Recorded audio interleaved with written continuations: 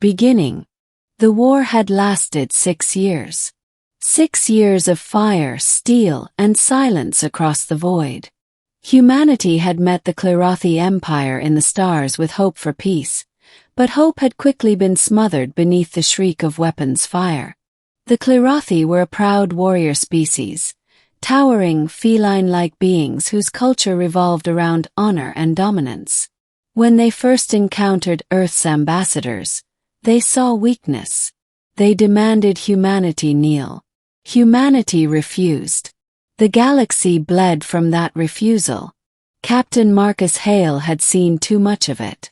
Once a farm boy from Kansas, he was now a scarred veteran with more battles behind him than years ahead.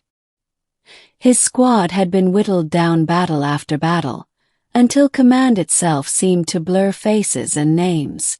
But Marcus fought on because surrender wasn't in human nature. Now, standing aboard the dreadnought Valiant Star, Marcus felt the weight of history. Rumors had been circling for weeks that the war might end. The Clerathi had taken staggering losses, and even their famed pride couldn't withstand endless fleets of human warships.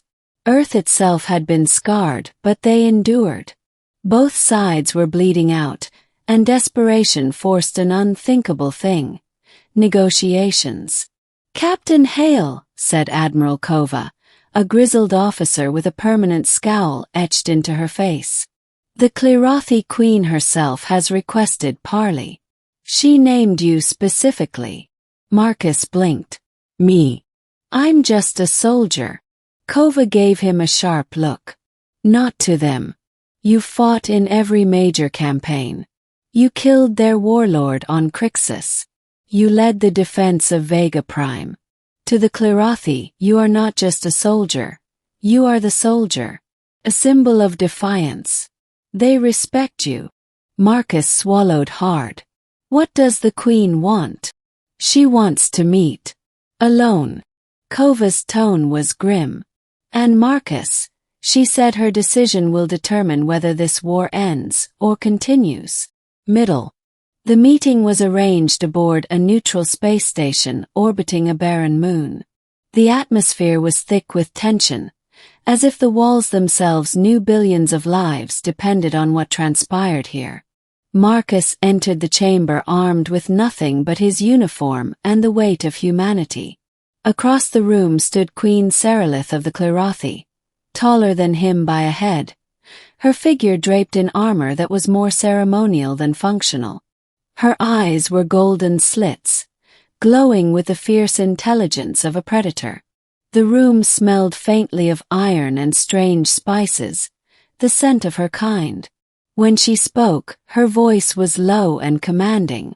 "Captain Marcus Hale, slayer of my champions, breaker of sieges, humanity's unyielding fist." Marcus straightened. "Queen Serelith."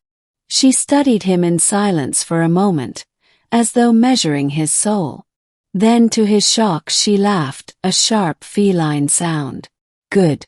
You do not tremble. Many of my own males would not meet my gaze as you do." Marcus wasn't sure if that was an insult or a compliment. "You wanted this meeting. What is it you propose?"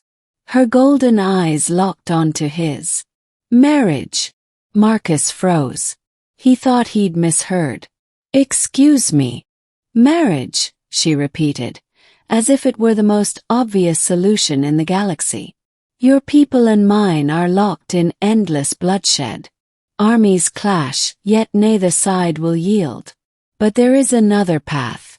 Among the Clerathi, the union of rulers has bound empires before. You are not a king, but you are your people's war soul. And I am mine. Our union would symbolize peace, an end to this war. Refuse." Her claws flexed against the armrest of her throne. "And the war continues until one species lies in ash." Marcus's heart pounded. He was a soldier, not a diplomat. The idea was absurd. Him marry an alien queen. "You're serious," he said flatly.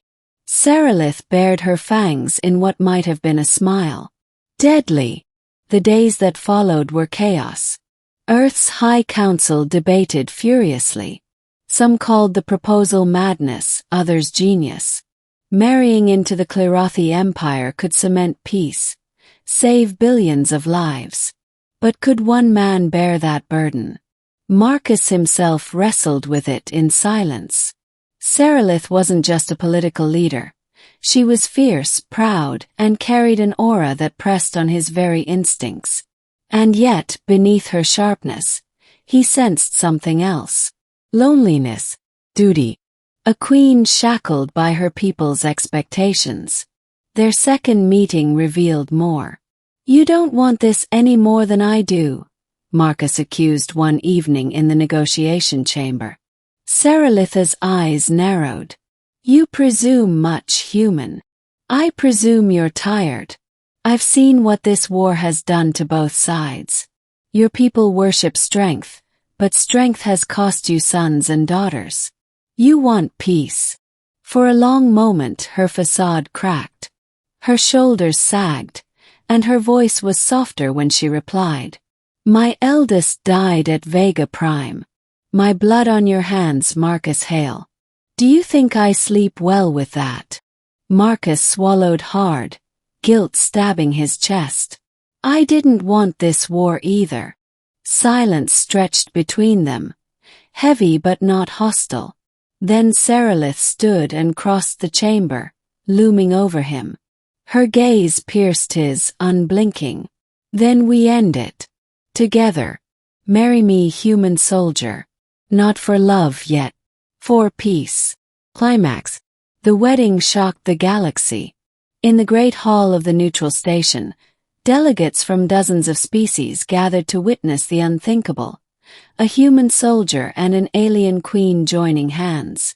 Serelith wore ceremonial armor studded with jewels, her mane braided in gold threads. Marcus wore his dress uniform, medals gleaming across his chest. He felt absurdly out of place, yet strangely resolute. When the vows were spoken, in both human and Clerothi tongue, the room erupted in a roar of mixed cheers and growls. The bond was sealed. But peace did not come easily. Many Clerothi warlords rebelled against the idea of their queen marrying a human. Skirmishes broke out across the empire, and assassination attempts became routine. One night, Marcus awoke to the hiss of a blade, only to see Serelith herself tackle the would-be assassin before he could strike. She stood over the corpse, blood dripping from her claws, her golden eyes blazing. "You see, husband," she growled. "Even my people would rather kill me than bow to peace." Marcus touched her shoulder, steady and unyielding. "Then we'll face them together." Their partnership grew stronger, forged not from romance at first but from mutual survival. Marcus brought human strategies into the Clerothi military, teaching them discipline beyond brute force. Serelith gave him authority among her people, her words silencing dissent where blades could not. Slowly warlords bent the knee. Slowly the fighting stopped, ending. Years later, the galaxy remembered the day not when treaties were signed, but when two enemies clasped hands before the stars. Marcus Hale and Queen Serelith became known as the Twin Fangs of Peace. Together, they forged an alliance stronger than fear. And somewhere along the way, what began as duty shifted into something deeper.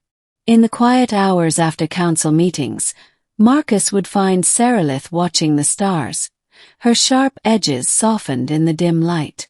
They would speak not as soldier and queen, but as man and woman, two weary souls who had carried too much for too long.